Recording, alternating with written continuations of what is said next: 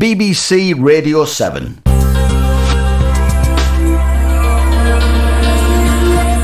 The Selection. Hello, Nick Utekin here with The Games Afoot, a 3-hour special dedicated to Sherlock Holmes.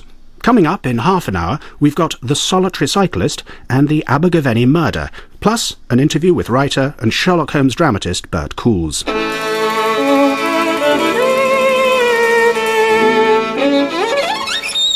Now on to Carlton Hobbs and Norman Shelley, who played the two leading characters 75 times over 17 years. Carlton Hobbs was a founder member in 1939 of what became the institution that was the BBC Drama Repertory Company. And that was exactly the same year, 1939, as Norman Shelley created his famous radio role as Winnie the Pooh on Children's Hour. Incidentally, before he died in 1980, he had a bit of an acting renaissance in The Archers. Is there anyone old enough to remember Colonel Danby? That was Norman Shelley. Anyway, here now is one of Arthur Conan Doyle's best tales, with some strong detective work by Sherlock Holmes. It's The Boscombe Valley Mystery, first broadcast on December the 12th, 1966. When I saw that his rage was becoming ungovernable, I walked away. I can't have gone more than 150 yards, though, before I heard a hideous outcry behind me. I ran back again and found my father. He was on the ground, dying. I dropped my gun and held him in my arms, but he died almost instantly. The death of her father was hideous enough for young McCarthy, but when he found himself charged as the murderer, his only hope was my friend Sherlock Holmes. Let me look at my notes, and I will tell you what happened in the Boscombe Valley Mystery.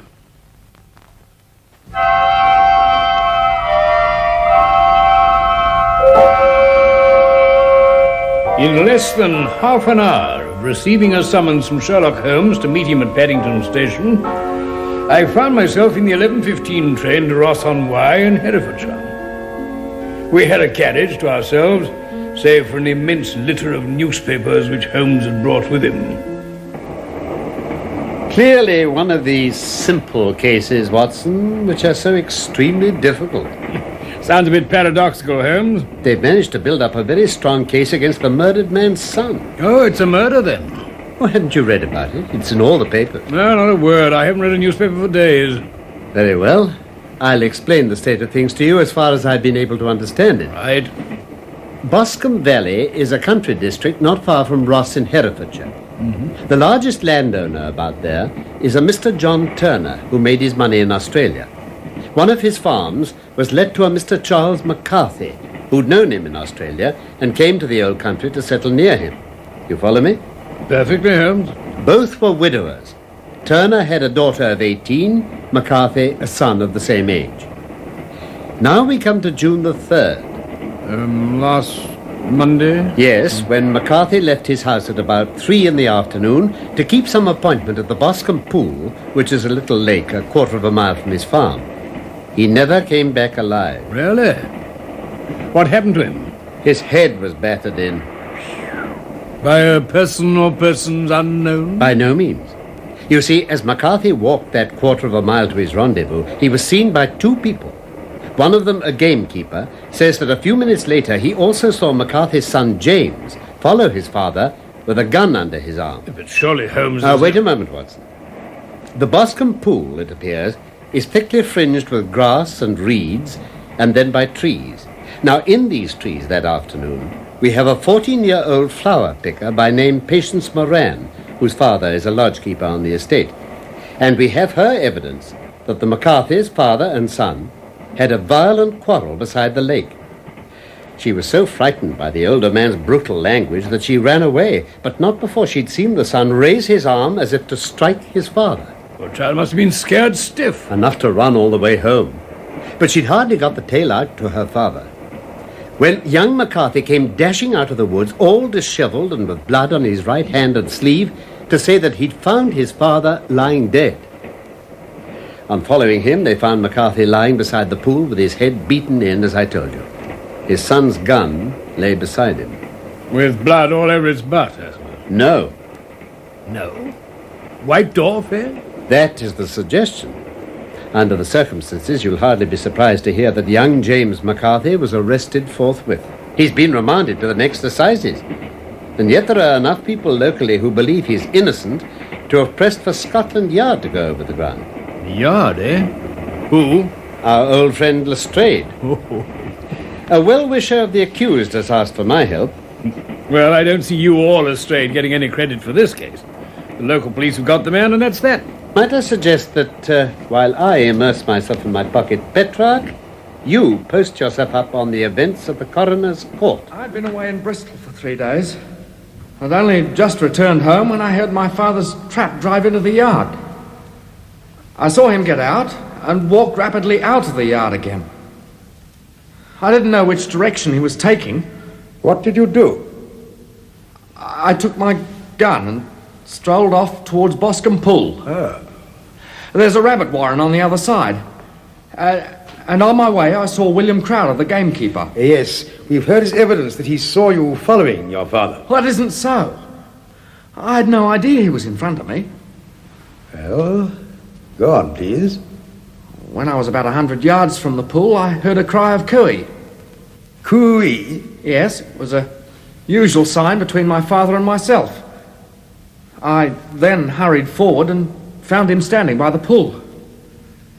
He seemed very surprised to see me and asked me rather roughly what I was doing there.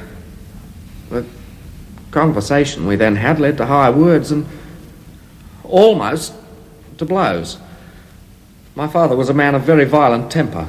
And you are not? No, sir. When I saw that his rage was becoming ungovernable, I walked away.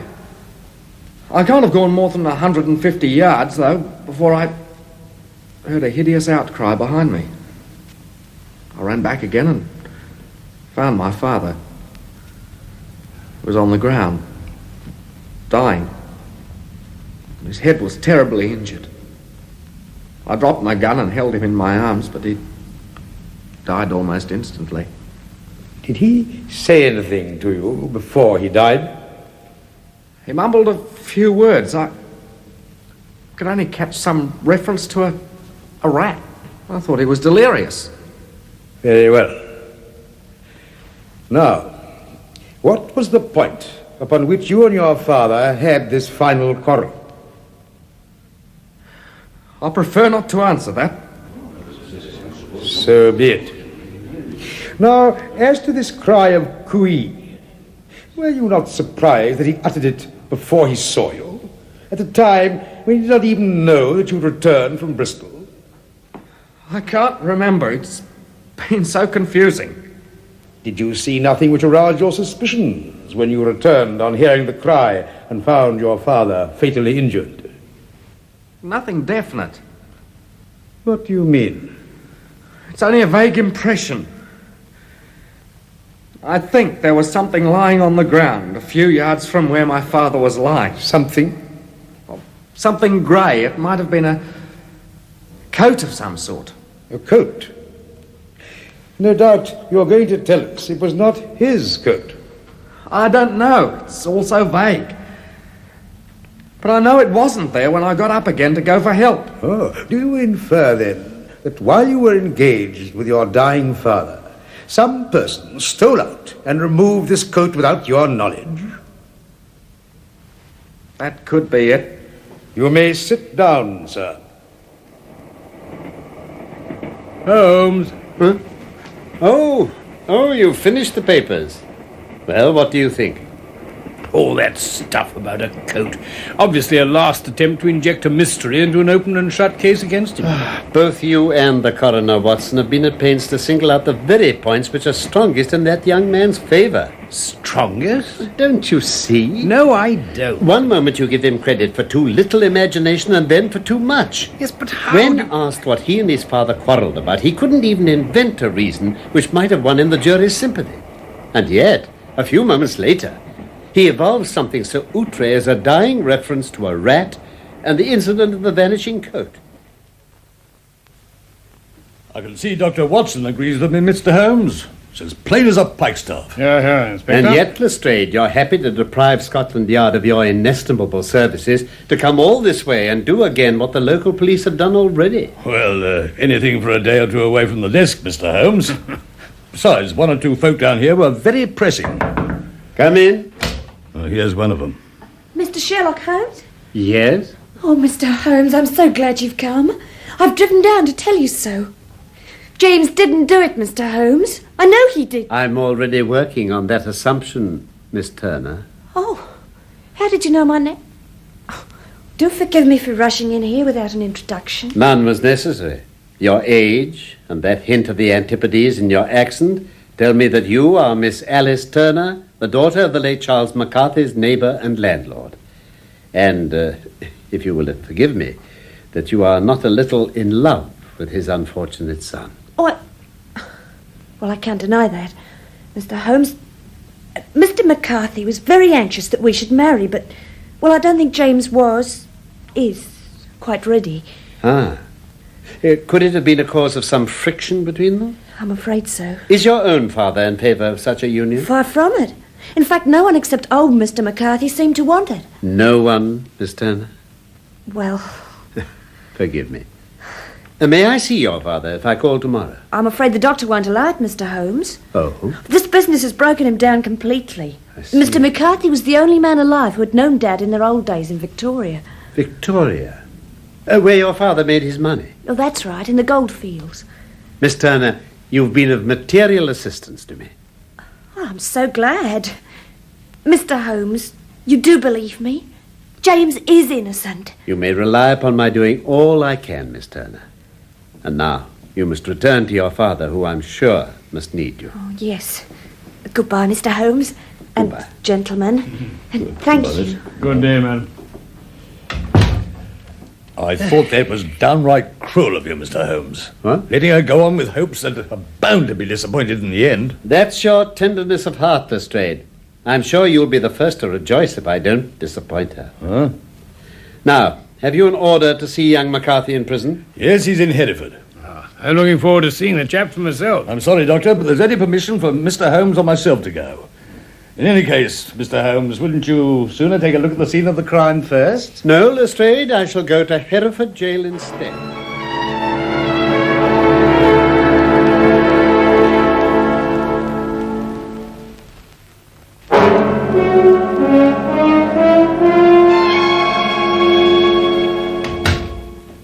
I'm sorry to have been so long, my dear fellow. Well, then, what did you learn from young McCarthy? Nothing. Nothing? He could throw no light at all. I was inclined to think for a time that he knew who had done it and was screening him or her. Her? Holmes, you couldn't suspect that lovely Oh, creature. no. But it'll please your sense of the romantic to know that he is madly, insanely in love with her. Something the matter with him if he isn't. Only, What? some 2 years ago, when he was little more than a lad, what did the idiot do but get into the clutches of a barmaid in Bristol? You don't say. They were married in a register office. No. Yes. No one knows a word of this. Imagine, Watson, how maddening it must have been for him, being upbraided constantly by his father for not engaging himself to Miss Turner, the thing he'd give his very eyes to do. Poor devil. You know, you're getting me on his side now, Holmes. Then you'll be gratified to hear that good has come out of all this evil. How? Finding from the newspapers that he's to be tried for murder and perhaps hanged. His barmaid has written to him, admitting that she already has a husband in the Bermuda dockyard, so that there's no tie between them. What a bizarre tale, Holmes. But I don't see what good even that's going to do him. He doesn't throw any light on the murder, does it? Quite true. But I'd call your attention to two other points which do. Yes. One is that the murdered man had an appointment with somebody at the pool, and that it could not have been his son who was away. Oh, yes. The second is that the murdered man was heard to call Cooey before he knew his son had returned. Depend on it, Watson, those are the things on which this case hangs.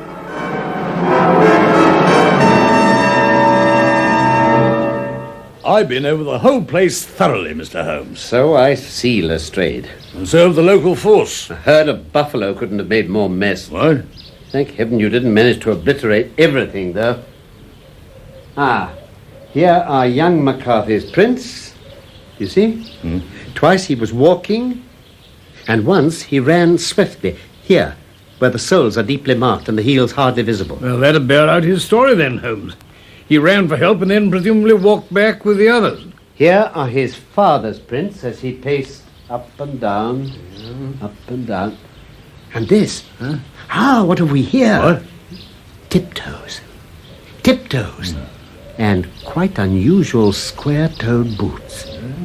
They come, they go, they come again. Of course, that was when someone sneaked out to gather up that coat. Oh, deductions and theories. I find it hard enough to tackle facts. What is it, Holmes? The weapon with which McCarthy Sr. was murdered. Hey, let's see. Oh, I see no stains. There are none. How do you know then? The grass was growing beneath the stone. It had only been there a few days. Oh? You'll admit it could have caused the injuries and been washed clean in the pool. And perhaps you'll admit that it was young McCarthy who used it.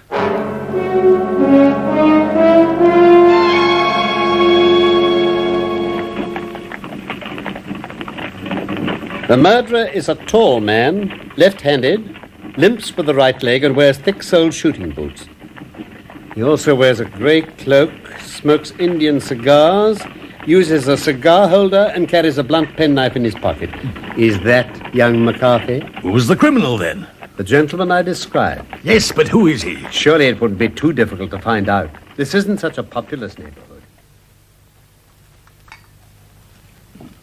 And now, Watson, to round off an excellent luncheon, light your cigar and let me preach to you a little. Oh, very well, Holmes. Expound away.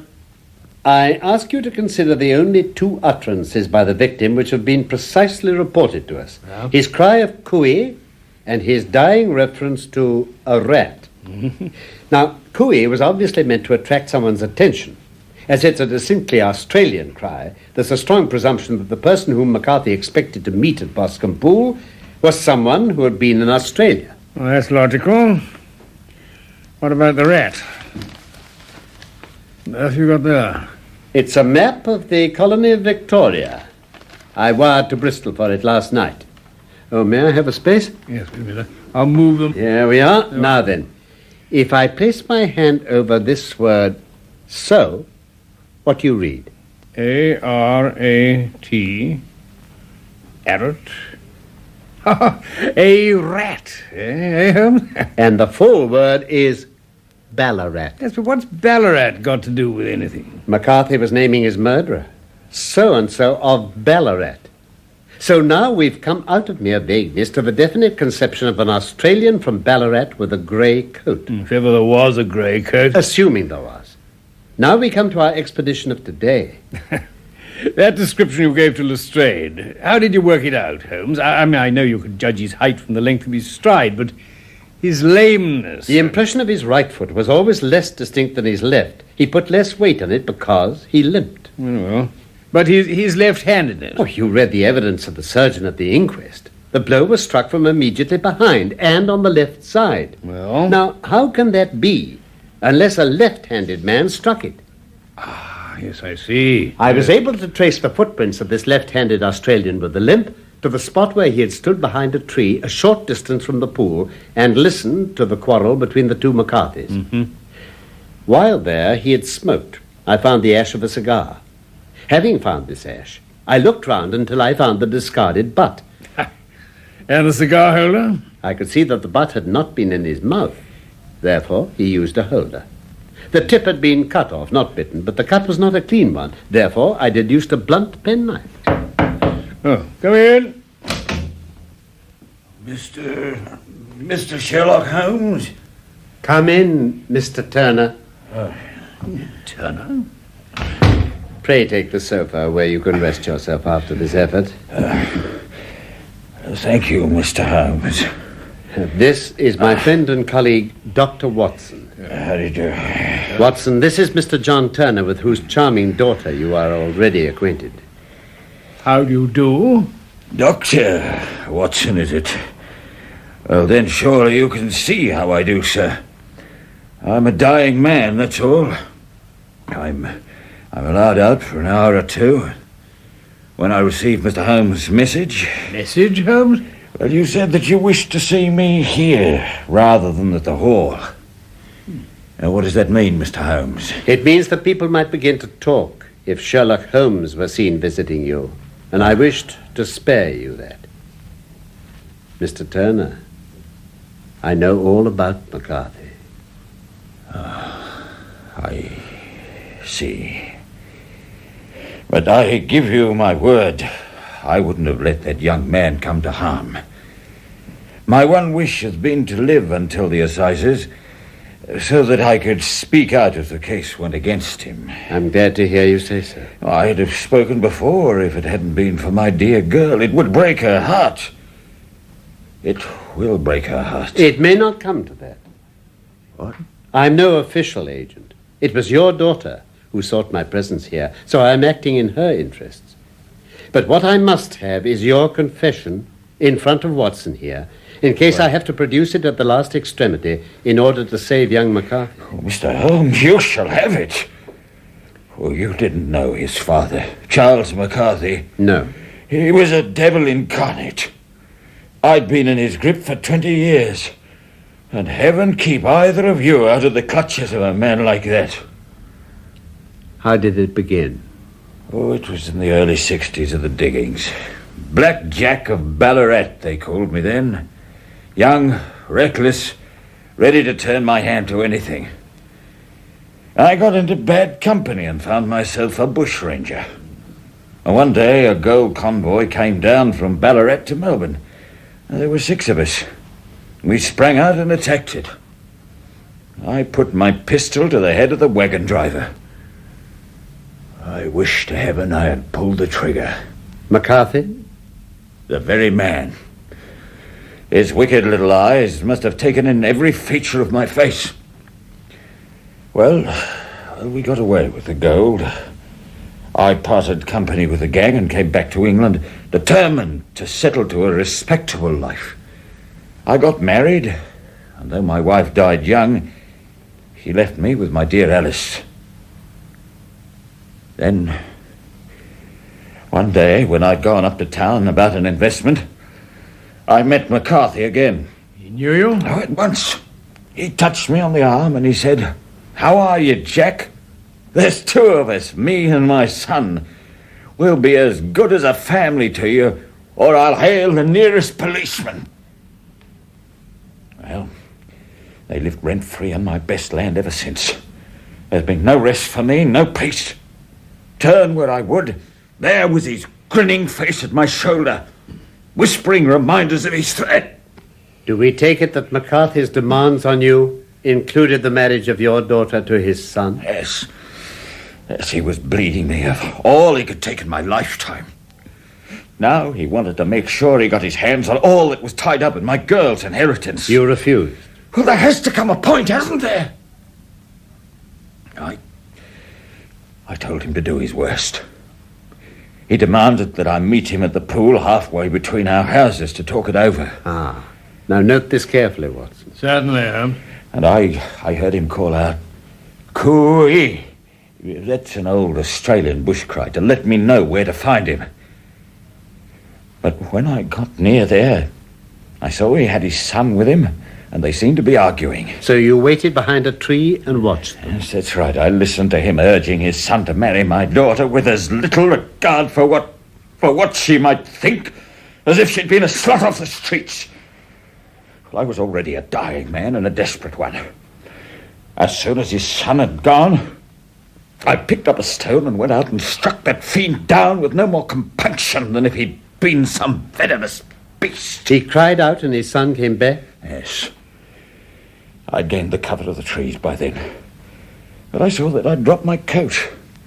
I had to sneak out quickly and retrieve it, while the boy knelt down with his back to me. Just as you assumed, Holmes. Yes. Well, it's not for me to judge you, Mr. Turner.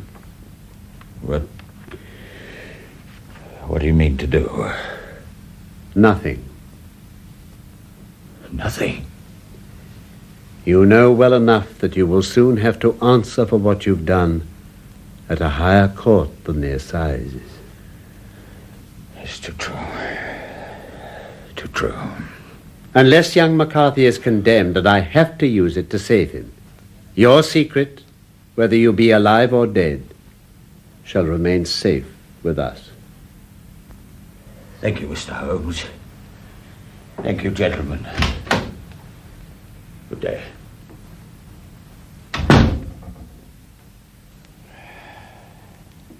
Why does fate play such tricks with poor, helpless worms, Watson? I never hear of such a case as this that I do not think of Baxter's words and say to myself, there, but for the grace of God, goes Sherlock Holmes. The Boscombe Valley Mystery from December 1966.